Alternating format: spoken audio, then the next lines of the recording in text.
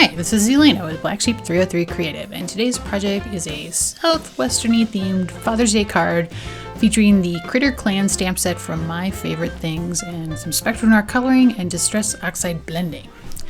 So I'm going to start off with the Distress Oxides, and I am going to be creating a sunrise effect. So I will be using Fossilized Amber first, which is the lightest color, and just blending it onto this piece of white cardstock. And I can't tell you what it is because it was in my stash. It was kind of a random piece. But it works really well. I mean, that's the great thing about the Distress Oxides blend really nicely. So if you have been frustrated by trying to blend Distress inks, definitely try the Distress Oxides. They are a different formulation, and so they blend much more easily. You will see here as I'm blending the spiced marmalade on that it gets very dark on the outer edges, and I even look like I've got some tool mark bits there as I'm going. But then I'm going to just go back and forth in this blendy motion, like right there, in sort of an arched fashion, and it really helps blend out any of the tool marks that you might get or any like inconsistencies that you might create as you're blending the ink onto the paper. And I'm just going to blend back over where the two colors meet to kind of smooth that down. And I will go to my third color. So this is Worn Lipstick, and I will just do the exact same technique. And so I'm just going over the spiced marmalade a bit to kind of blend the two together, and then going in this sort of arched fashion to create the look of a sunrise. And then I'm going to blend back with the spiced marmalade over where they go together. They sort of blend. And then I'm going to go to the blue, and I started off with Broken China, but that actually turned out to be too light. So if you want to try this, don't even bother with Broken China, too light. Just go straight to Faded Jeans and use that. So with the Faded Jeans, I am not overlapping the pink. I'm actually leaving a bit of a space because I'm going to take Fired Brick, which is red, and that's where I'm going to blend the two together. And I was thinking I might get like a purple, which I kind of do, but it creates this really cool effect over the blue where it's got that sort of, I don't know, combo of red, combo of pink, combo of darkness behind it that to me looks pretty realistic for what like sunsets and sunrises look like as they kind of transition from the nighttime sky or the daytime sky into the opposite. So in this case, it would be transitioning from the night to the day. And I was really happy with how that came out. And as I mentioned, Distressed Oxide, super easy to blend. So again, I'm just blending back over the spiced marmalade. And now I'm going to go, or this is the spiced marmalade, I'm blending back and adding a little more Faded Jeans to the top edge. And that will be the completed sunrise. And there you can kind of see that effect across the top. And I think it was really cool. So you got to try that if you haven't tried it. Now here's the stamp set, Critter Clan from My Favorite Things. It's so adorable. And it has this cactus. So that was what gave me, and the horse. So it gave me the idea for the Southwestern theme. So I'm going to mask my owl. I have stamped him in Memento Tuxedo Black ink. Now this is some Nina Solar White cardstock, because I'm going to be coloring these guys with my Spectrum Noirs. So I've stamped the horse to make it look like the owl is sitting on the horse's saddle. And now I'm going to mask the horse, really his tail, so that I can stamp the cactus kind of behind the horse. And those are the elements, my animal critter elements anyway. And now I'm going to just draw a landscape. And I know people, you might think I could never do this, but I am literally just scribbling on that landscape, and then I just drew a horizon line, and that was it. I scribbled that line. There was no, the only forethought I had was, what do sort of the mountains in New Mexico look like? And I kind of had that in mind, like, very rocky. There are like buttes and, flat portions. And then I just drew a hill for my cactus, and that was all the thought that went into that. So if you think, oh, I could never draw a landscape line, like that's just, you have to have all this skill to do it. No way. Just scribble something. And if you're scared to try it, just start off with pencil. And, if you don't like it, you can always erase it. But seriously, like, I think the looser the better. Like, the less thought you put into it and the more you just randomly do something, I think it turns out really well. And no one needs to know that you didn't spend hours planning out that landscape line. So, if you're scared, I encourage you to give it a shot. Really, anybody can do it. There is no fancy trick. All right, enough said. So let's move on to the Spectrum Noir coloring. So I am going with CG1 here as my lightest shade, and then I have CG2 and DG3 as the darker shades. Now, because the sunrise is going to be behind these guys, everything's going to be backlit. So you're going to have like a dark outline on all the edges of the elements. So that's why I am basically using the darkest shade on the outer edges. And then I've got like a medium shade, and then I blend with the lightest shade towards the middle. And now for my owl, I am doing the same thing. So I've got IG6 as my darkest color, and then this is IG4 that I'm blending that back with. And then I will add IG2 as the lightest gray shade. So there you go. To blend in the IG4 to create sort of the silhouetted owl.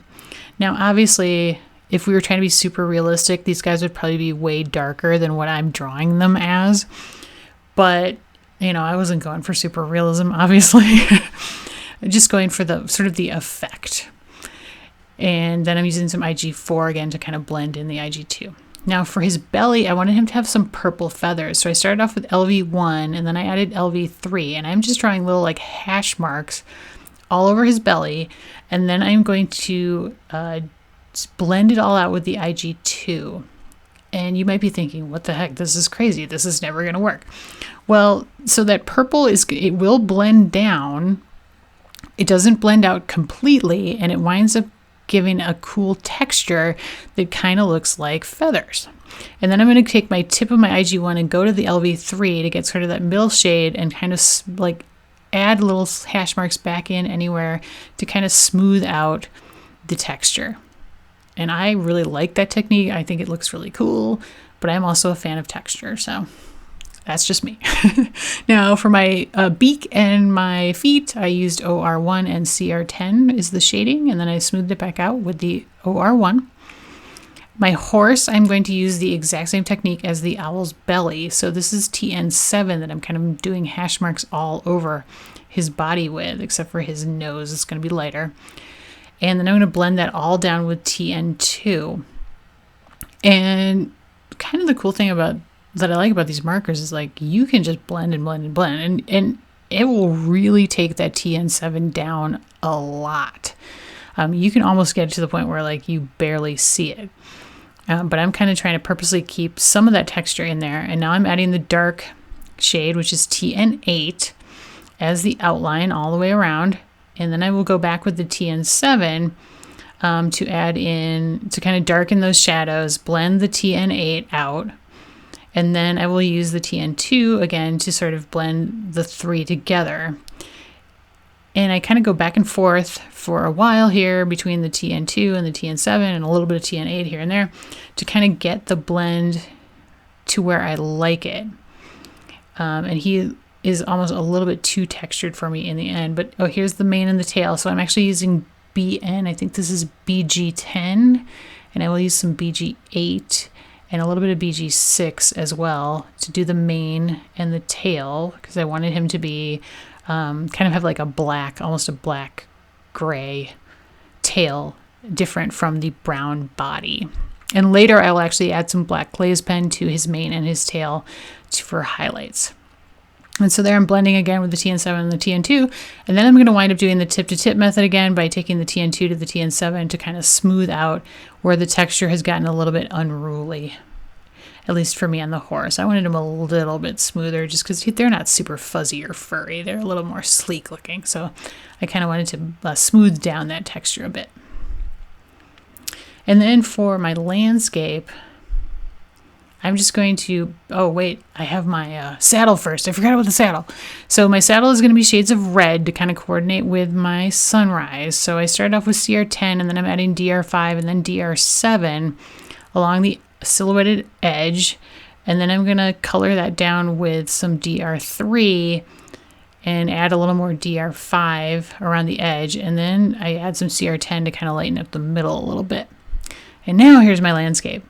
So I'm going to base coat the whole thing with BG4, which is a brown gray, kind of a middle tone, just to kind of get a good solid undercoating going.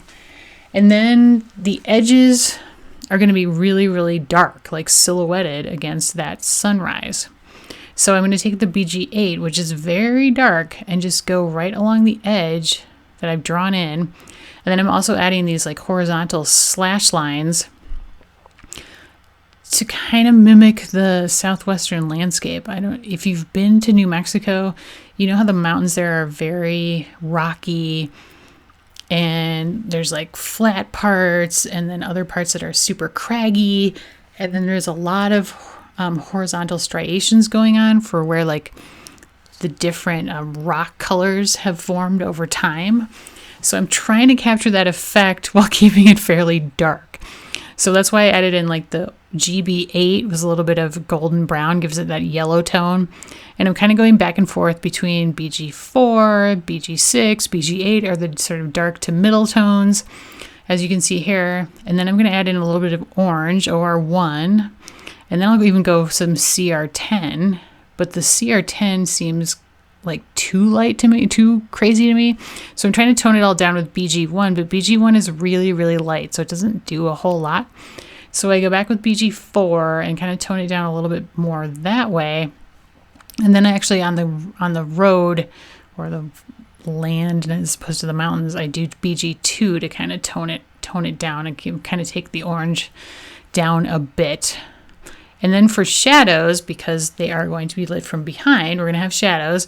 I am just drawing those in with BG4, and then BG6 is kind of the main color. And I don't have to do the whole thing. I just do the cactus and the horse feet and the tail a bit because I knew I was going to trim this down. So I didn't need to do the entire shadow of the horse because we weren't going to see it. And so now I'm just kind of finishing off with, of course, all my little extra crazy touches that I have to do because I'm like, oh, this isn't quite right. This isn't quite right. But you get the idea of kind of how I did this, how I decided to shade it, hopefully, and why I used the colors I did. Now, I didn't have a greeting that would work for my card, so I printed one out, and it says, "We hope your day's a hoot." And I was thinking I wanted to go like kind of rusticy, westerny, so I did this banner, which is from the Lawn Fawn Fancy Folded Banner die set. And I took that printout and I basically like tried to copy it as best I could in my own handwriting on this banner. Now, in the end, it's okay. Like I don't love the banner. I'm okay with the banner.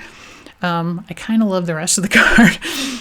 So the banner's a little bit, I wish it were a little more professional looking, I guess, in the end. But I did tone it down with some distress inks to give it that westerny look. So this is antique linen.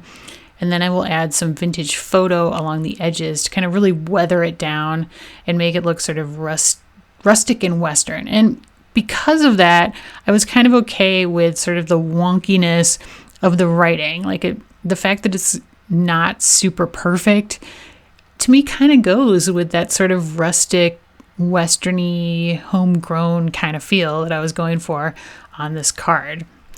And now I'm adding white glaze pen to the O's in the hoot, and then I will add some black glaze pen to the centers to finish those off to, mimic the owl eyes. Now here are my elements. I've trimmed out the whole edge of the landscape and trimmed down the base. And there's my A2 size card base, which is out of Gina K Design's Edible Eggplant. And then there's that die that I used for the banner. And I stamped Happy Father's Day for the inside of the card using the Lawn Fawn Happy, Happy, Happy stamp set. And then I added some like serifs with the pen to kind of match the front font and also make it look kind of rustic and handwritten as well.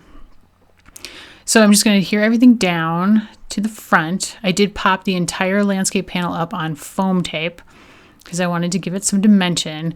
And so that actually I think makes a big difference. And so I'm going to adhere that across the bottom and just trim it off because it does overlap a tiny bit. And then I'm going to take my banner and adhere that down. And so the center of the banner has foam tape behind it, though, Your Days, to kind of pop that up. And then the Happy Father's Day goes on the inside. And I decided I needed a space to write a message. So I cut a square from my fitted dies thing, did the same Distress ink, fitted squares dies and Distress ink treatment to it. And that is the completed project. And so there you can see kind of my banner is a little wonky, but I love the coloring. I think I was super, super happy with how the coloring and the sunrise turned out. I'm pretty proud. I probably shouldn't say that, but I hope you guys like it as much as I like it.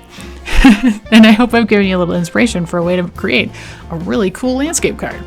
So thanks so much for watching.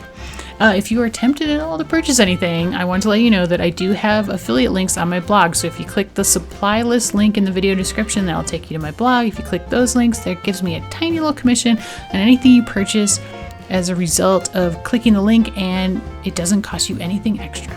And I always appreciate that. Here are 2 more cards in my Father's Day card series for 2017. If you liked the video, I'd love it if you give me a thumbs up and leave me a comment. Thanks so much. Have a great day.